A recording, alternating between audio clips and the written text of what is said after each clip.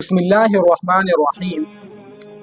Israel ने हालिया दिनों के अंदर एक धमकी दी है और वो धमकी ये है कि हमारी वेपन्स, हमारे गन हर बंदे की जेब में है।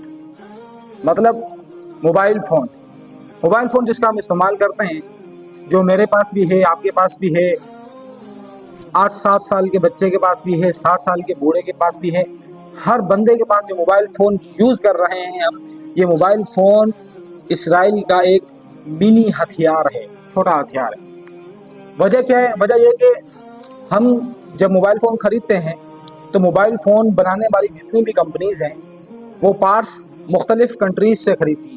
कोई चाइना से, कोई अमेरिका से, कोई इसराइल से। और इसी तरह एक मीडियाटेक का कार्ड जो है वो इसराइल से ख़रीदा जाता है, जो आईसीज़ होती हैं, और वो आईसी मोबाइल के अंदर लगती हैं जो कि इसराइल से बन कर आती हैं। तो इसराइल ने कहा कि हम जब भी चाहें, उसके कहने का मतलब जब भी चाहें किसी का डेटा चुरा सकते हैं, किसी की लोकेशन को ट्रेस करते हैं, किसी के सीक्रेट्स जो प्रोफाइल्स हैं, सीक्रेट्स डॉक्यूमेंट्स हैं, हम उसको भी जो है एक्सेस कर सकते हैं, और किसी भी वक्त हम इस मोबाइल को बम धमाके के साथ उड़ा भी सकते हैं। वजह यह कि आज से तकरीबन 1-2 साल पहले लबनान और शाम के अंदर जब ये मेजर अटैक हुए थे, वो मेजर तो वो था कि जिसके अंदर सिर्फ मैसेजेस वगैरह पढ़े जाते थे, और उसकी जो बैटरी थी वो 360 mAh की थी। मतलब बहुत ही लिमिटेड बैटरी थी, बहुत छोटी बैटरी थी।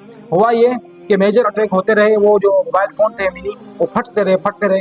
तो इसमें तकरीबन 3000 प्लस लोग ज़ख्मी हुए और 7-8 जाने गई। और आप कंपेयर करें कि वो 360 mAh की बैटरी थी, और जो हमारे मोबाइल फ़ोन्स के अंदर जो आम तरह से जो बैटरीज लगी गई हैं वो 5000 से लेकर 6000 mAh तक है। तो आप सोचें कि उस मेजर अटैक से 20 गुना ज़्यादा नुकसान हो सकता है हमारे मोबाइल फटने के बाद। अच्छा, हम ये सोचेंगे कि भाई हम मोबाइल फ़ोन को यूज़ ही नहीं करेंगे, जब कॉल आएगी तो हम कान की तरफ ले ही नहीं जाएंगे। तो देखो, जैसे ही कॉल आएगी, कॉल अटेंड करके आप जैसे ही कान के करीब ले जाएंगे तो फ़ौरन सेंसर उसका काम करेगा और मोबाइल की स्क्रीन बंद होगी, और वहाँ पर पता चल सकता है कि मोबाइल कान के करीब गया है। बहरहाल ये वो टेक्नोलॉजीज़ हैं जिसके अंदर वो आगे बढ़ रहे हैं। लेकिन इन्नल्लाह अला कुल्ली शैइन क़दीर, अल्लाह हर चीज़ पर कादिर है। चाहे कितने ही असबाब हो, कितनी ही ताकत हो, कितनी ही बदबलियत हो, उनके अंदर कितना ही पावर हो, लेकिन मेरा अल्लाह नहीं चाहेगा तब तक वो हमारा कुछ भी बिगाड़ नहीं सकते। इसी तरह अगर उनके पास इतनी टेक्नोलॉजीज़ हैं, मैं तो उसको तस्लीम ही नहीं करता।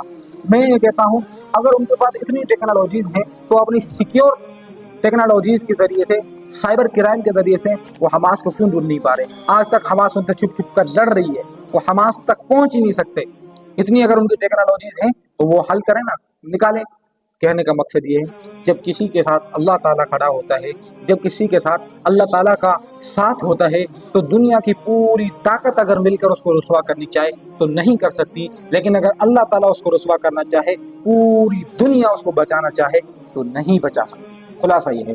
बहरहाल हमें क्या करना है, हमें ये सोचना चाहिए वो कितना टेक्नोलॉजीज़ के आगे है कि पैसा हमने अपना लगाया, जान हम अपने दी, प्रॉफिट हमने उनको दिया, और उनके प्रोडक्ट्स हमारे जेब के अंदर पड़े।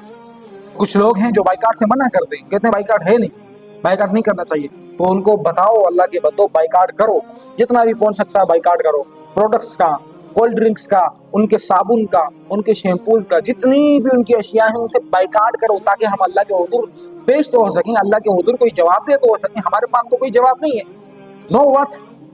इसलिए मेरी गुजारिश है, अपने फ़लस्तीनी भाइयों को अपनी दुआओं के अंदर याद रखें, अपनी जानी और माली भी खिदमत उनको फराहम करें। अगर आपके अंदर गुंजाइश है तो मुख्तलिफ जो फाउंडेशंस हैं जो वहाँ पर डोनेट कर रहे हैं, वहाँ पर अपनी चीज़ों को पहुँचा रहे हैं, उनको इमदाद दे रहे हैं, उनके अंदर आप डोनेट करें जितनी भी आपकी गुंजाइश है।